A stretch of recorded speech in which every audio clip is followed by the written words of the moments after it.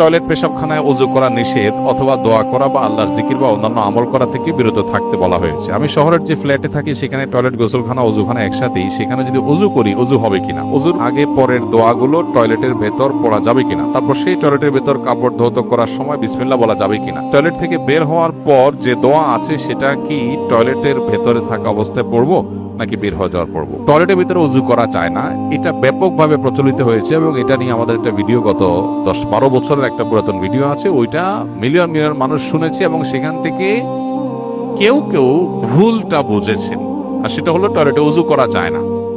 মূলত টয়লেটে আল্লাহর নাম নেওয়া যায় না, মুখে উচ্চারণ করা যায় না টয়লেটে, কারণ নোংরা জায়গা আল্লাহর নাম উচ্চারণ করা মাকরুহ।